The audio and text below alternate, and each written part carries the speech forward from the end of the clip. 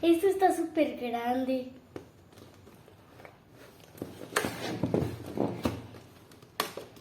Guay.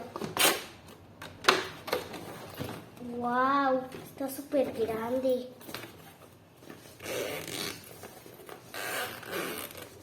Acá se ponen los borradores y todo eso.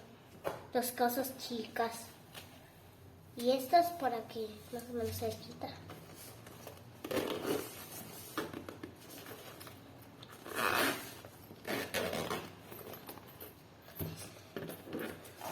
Aquí es para poner los colores, los lápices y todo eso.